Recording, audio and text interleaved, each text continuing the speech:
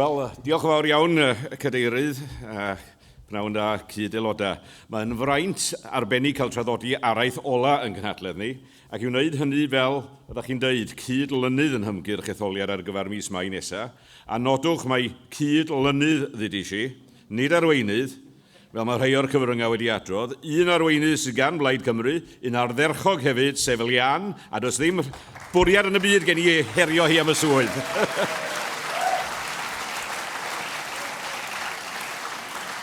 Llongyfarchiadau cynnas iawn i Lian ar ei haraith ddoe ar modd yr ydych chi wedi tyfu yn arweinydd tan gamp i Plaid Cymru a maes o law i'n gwlad ni. A diolch i bawb sydd wedi cyfrannu at wneud y gynhadledd hon yn eithriadol o lwyddiannus, y staff, y swyddogion cenedlaethol, ac yn arbennig yn hymgeiswyr seneddol sydd wedi siarad mor effeithiol ddoe a heddiw, a dwi'n sicr y byddwch chi'n cytuno fod gennym ni dalentau ifanc hynod iawn o fewn y blaid y dyddiau hyn. Un thema amlwg sydd wedi rhedeg drwy'r gynhadledd ydy'r chwyldro wleidyddol fy'n digwydd, sy'n dal i ddigwydd hyd at heddiw yn yr Alban. A os dael y llanw, y tsunami sy'n ei bron iawn yn dweud, gwleidyddol yma, i redeg o hyn tan fis Mai, bydd yr SNP yn ôl yn San Steffan efo 20 neu fwy o lodau seneddol, ac yn eitha tebyg o ddalafantol yn y Senedd nesaf. Faint fydd hi cyn y clywon ni cyfryngau Llundain yn edliw y byddai'n llawer gwell tasa'r Alban wedi dweud ia i annibyniaeth. Ac wrth gwrs fysa ni yn ategu hynny y fysa ni, ond am resymau tra gwahanol. Oherwydd, pan ddaw annibyniaeth yr Alban, bydd Cymru hefyd hynny gymaint yn nes at gael byw fel cenedl rydd o fewn Ewrop Unedig. Gadewch i ni wrth ddymuno'n dda i Nicola Sturgeon gyda'r sialens o gwblhau'r dasg. Hefyd anfon yn cyfarchion cnesa at fy hen ffrind Alex Salmond sydd wedi rhoi ei arweiniad mor feistrolgar i'r SNP, i'r mudiad ia ac i'r Alban fel gwlad. Anodd gen i gredu y bydd Alex yn mynd nôl gartre i balu ardd, llawer tebycach y canfyddiaeth o ffyrdd newydd o wasanaethu i genedl. Alex, diolch am bopeth a dal ati, dal ati.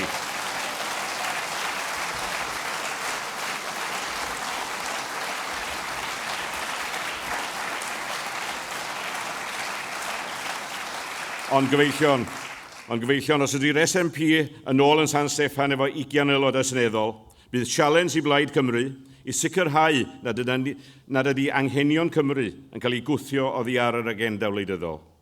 Mae tîm Plaid Cymru yn hir cyffredin wedi llwyddo dros y blynyddoedd ymhell tu hwnt i hyn y byddai disgwyl i 3 neu 4 i gyflawni.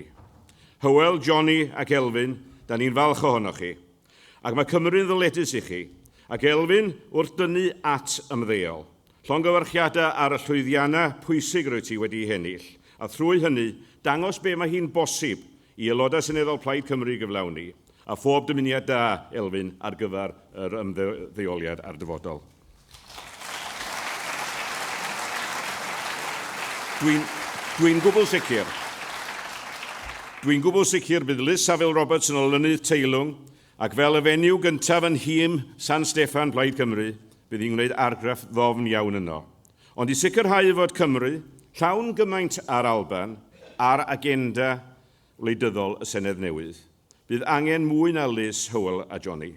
Mae'n rhaid i'r Blaid ddangos yn bod ni hefyd yn ennill tir, gan ddychwelyd wedi'r etholiad efo'r nifer uchel erioed o genedlaetholwyr Gymraeg yn San Steffan.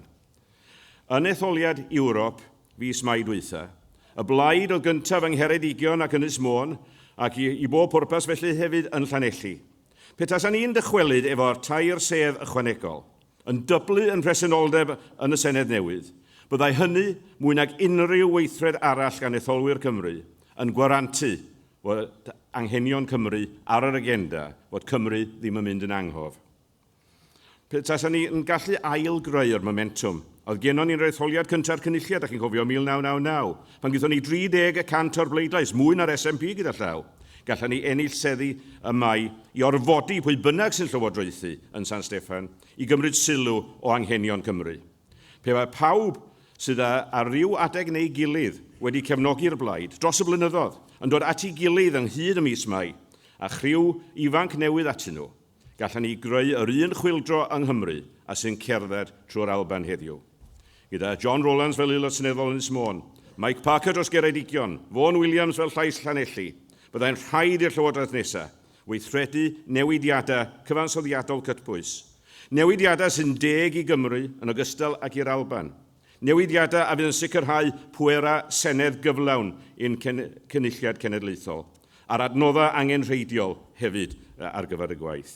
Sicrhau momentum gwleidyddol, a fydd yn sgibo Plaid Cymru a Arwain Cymru yn 2016 ac i lian ddod, ochr yn ochr a Nicola yn yr Alban, yn brif nidog i gwlad. Byddai oes air menwod Celtau wedi dychwelyd a chyfleon eiraid i'r ddwy genedl yn sgil hynny. And believe you me, Wales most desperately needs a fortified Plaid Cymru to fight its corner. We have seen in recent weeks just how much leverage an effective and proactive national party with a cohesive, socially progressive political agenda, what that can deliver. The people of Scotland have awoken to the value of the SNP and are swarming into their ranks in thousands. They are doing this after seeing just how far their Labour MPs will go in selling their country short to safeguard their own jobs in Westminster. They will walk 500 miles and walk 500 more, arm in arm with their Tory colleagues, to deny their nation the independence it needs, and towards which an increasing proportion of the Scottish nation is now aspiring. There is nothing that band of self-seekers will not do to save their own skins. That was glaringly obvious from Gordon Brown's desperate speech 10 days before referendum day. You might have thought he was still Prime Minister, or at least Chancellor of the Exchequer, by the way he thumped out his pledges. It was as if he had been given a carte blanche by Cameron to promise anything that saved the Union. And perhaps he was. Perhaps he was asked to do what the Tories had failed to do. And he is now being lauded at Westminster, lauded as the Brit who saved Great Britain. He's basking in the adoration of his fellow MPs, well, at least his fellow Tory MPs. For the Labour MPs from Scotland, have stopped asking for whom the bell tolled on the 18th of September. They know it's tolled for them. It tolled for their political funeral on the 7th of May.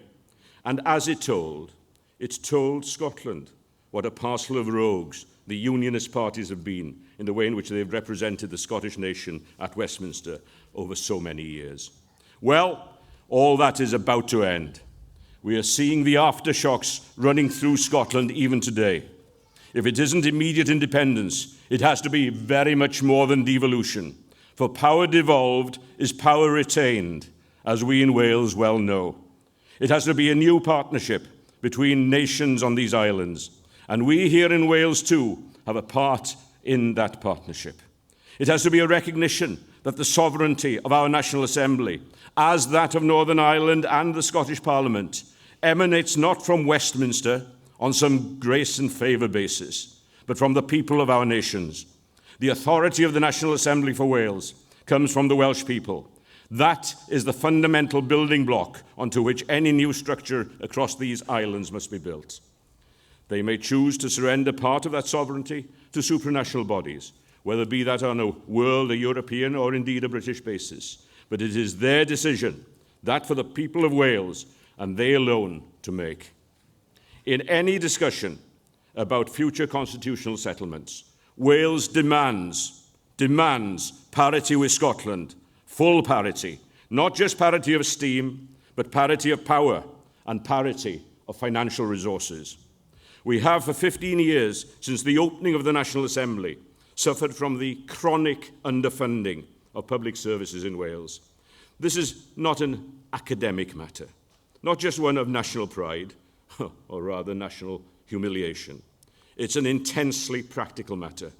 It's the deliberate underfunding of public services in Wales by successive governments at Westminster, Labour and Tory Lib Dem alike, that leads to our hospitals being underfunded, our nurses and doctors worked off their feet, and our citizens having to wait inordinate lengths of time for treatment. It is what squeezes our schools' budgets, cuts down on community care that our local social service departments can offer.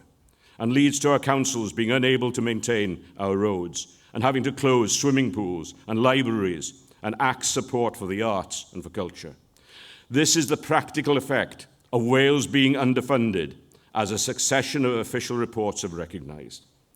This is the direct consequence of the atrocious Barnett formula, a formula which everyone in Wales has urged to be scrapped and to be replaced by a needs-based formula.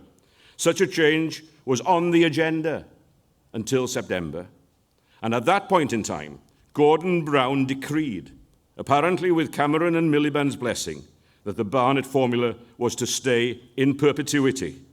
It's staying because the political agenda of Scotland dictated so. And it wasn't just a pledge that Scotland wouldn't lose out in any way in any new financial settlement. It was an explicit pledge that the formula, which is so devastating for Wales, will remain in operation indefinitely, continuing to deny Wales the resources we need. My friends, that statement, backed up as it has been by Cameron, Clegg and Miliband, is a game changer for Wales. It's no longer a question of tinkering with the formula to make it slightly better on the margins. For let us remember how much more Scotland gets in terms of financial resources for their parliament. As Leanne said yesterday, if Wales got as much pro rata as Scotland gets in comparison to England, then our National Assembly would be getting £1,200 million more each year. That's £20 a week for every family in Wales. If the current settlement is fair for Scotland, and all UK party leaders have signed up to it, it has to be the sum that is fair for Wales as well. Fair for Scotland, fair for Wales. Parity. Why should our nation be treated as the poor relative, perennially having to bring out the begging bowl for adequate financial resources? More importantly, why should the citizens of Wales, those needing top-class public services, hospitals, schools, home care, housing, roads, public facilities, why should they be second-class citizens in this so unequal United Kingdom? The financial treatment of Wales has been a scandal, and this issue, above all others, must dominate the coming general election here in Wales. The Tories must be made to explain on what possible grounds of equity and justice have they committed themselves for the foreseeable future to a formula that does Wales down. Labour candidates in every seat in Wales must explain why, over 13 years in office, Labour did nothing whatsoever to put right the Barnett iniquity, and why their party leader has signed up to the retention of this formula despite its injustice to Wales. What an appalling indictment on the marginality of Welsh Labour MPs that their own leader could sign up to the continuing Barnett formula without even consulting them. Their opinions count for nothing. Even within their own party, their opinions are not sought. Their representations go unheeded. Their profile is that of a punctured balloon, their song that of a dead canary, and their impact that of a stale lettuce. Their neglect of this most central issue for Wales should lead them to the same fate as the Scottish Labour MPs who will, wholesale, be cleared out of Westminster by the SNP in Scotland at the coming election, and we should do likewise here in Wales.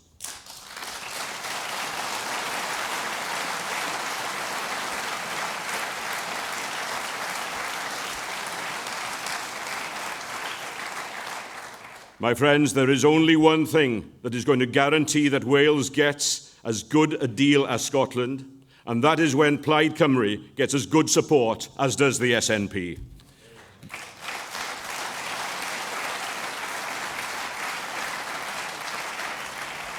And the people of Wales have to wake up to that reality and to the reality of their plight. They have been sold down the river by a Labour Party which is more concerned about keeping their own jobs than securing for Wales the jobs and resources our country needs. When Carwyn Jones calls for a needs-based funding formula, his party leaders in London ignore him. When he demands that Wales gets equal devolution to Scotland, colleagues in London take no notice.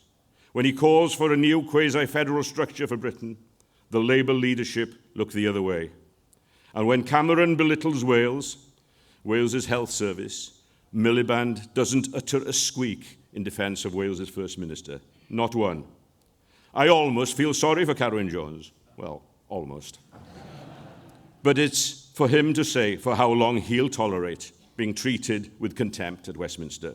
What concerns me is that any First Minister of Wales is treated in this way, particularly when this leads to our country being sold short and regarded as London's poor country cousins. I care passionately about that, and I invite Carwyn to wake up to what's happening, and for him and his Assembly colleagues to stand up and be counted, and to stand up for Wales and to refuse to take no for an answer.